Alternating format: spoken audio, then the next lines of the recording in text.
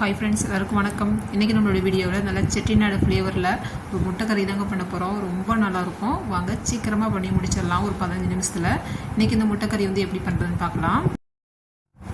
இந்த முட்டை கறி பண்ணுறதுக்கு ஸ்டவ் ஆன் பண்ணிவிட்டு ஒரு கடாயை வச்சுக்கலாங்க. இதில் 1 ஸ்பூன் எண்ணெய் விட்டுருக்கேன்.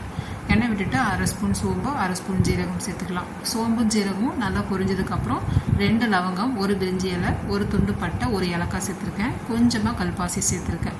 இதோட ஒரு 10லேருந்து 15 பல் பூண்டு சேர்த்துக்கலாம். சேர்த்துட்டு 2லேருந்து 3 காஞ்ச மிளகாய் அந்த மாதிரி கிள்ளிட்டு சேர்த்துக்கலாம். நல்லா இந்த எண்ணெயில் நல்லா ஃப்ரை ஆகி வரணும். பாருங்கள், இந்தளவுக்கு நல்லா ஃப்ரை ஆனதுக்கப்புறம் 1 கப் அளவுக்கு தேங்காய், அதாவது அரை மூடி தேங்காவை இந்த மாதிரி திருவிட்டு சேர்த்துக்கலாம். தேங்காயும் பார்த்திங்கன்னா ஈரப்பசலாம் இல்லாமல் நல்லா வறுபட்டு வரணும். பாருங்கள், இந்தளவுக்கு நல்லா ட்ரையாக வறுபட்டதுக்கப்புறம் ஸ்டவ் ஆஃப் பண்ணிக்கலாம். இதை வந்துட்டு ஒரு தட்டுக்கு மாற்றிட்டு நல்லா ஆறுனதுக்கப்புறம் ஜாரில் சேர்த்துக்கலாம். கொஞ்சமாக தண்ணி விட்டு நல்லா நைஸாக நல்லா மையாக அரைச்சிக்கலாம். இது இருக்கட்டும் ஒரு பக்கமாக. இப்போ குழம்பு வைக்க ஆரம்பிச்சிடலாம். ஸ்டவ்வில் ஒரு கடாயை வச்சுக்கலாங்க. இதில் ஒரு 3 ஸ்பூன் எண்ணெய் விட்டுருக்கேன். எண்ணெய் விட்டுட்டு நல்லெண்ணெய் விட்டுக்கோங்க. ரொம்ப நல்லாயிருக்கும் முட்டைக்கறி.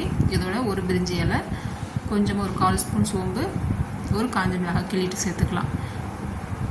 நல்லா பொரிஞ்சதுக்கப்புறம், சோம்பு பொரிஞ்சதுக்கப்புறம் 2 பெரிய வெங்காயம் கட் பண்ணிவிட்டு சேர்த்துருக்கேன். வெங்காயம் நல்லா வதங்கி வரணும். வெங்காயம் சீக்கிரமாக வதங்கி வரதுக்கு கொஞ்சமாக உப்பு சேர்த்துக்கலாம். உப்பு சேர்த்துட்டு வதக்கிக்கலாம்.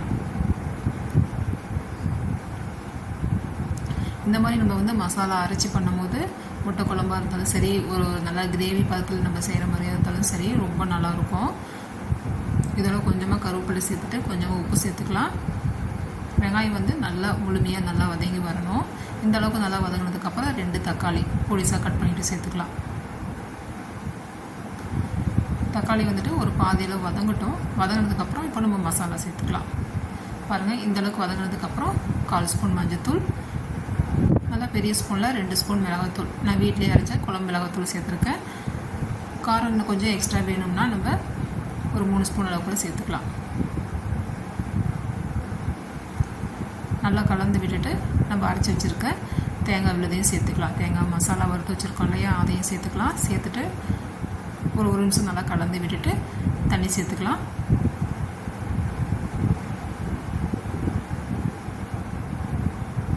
ஜார்லேயே கொஞ்சமாக தண்ணி விட்டு அலசிட்டு சேர்த்துக்கலாம்.